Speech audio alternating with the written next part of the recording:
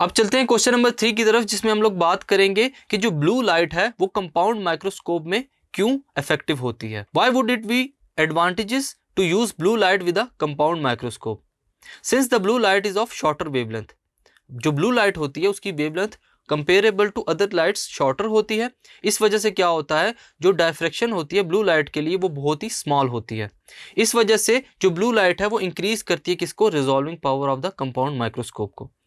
Resolving power को हम लोग अगर रिप्रेजेंट करना चाहते हैं स्टूडेंट, तो उसके लिए फॉर्मूला है हमारे पास R is equal to 1/, alpha minimum.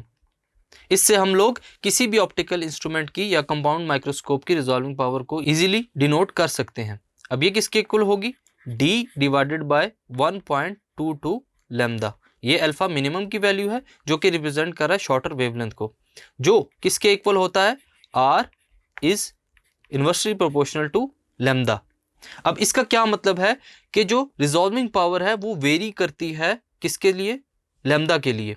यानी कि अगर वेवलेंथ ऑफ लाइट हमारे पास जितनी शॉर्टर होगी, रिजॉल्विंग पावर उतनी ही ग्रेटर होगी उस ऑप्टिकल इंस्ट्रूमेंट या कंपाउंड माइक्रोस्कोप की। सो स्टूडेंट्स, ये है हमारे पास reasoning of using blue light in compound microscope because it have shorter wavelength. Thank you.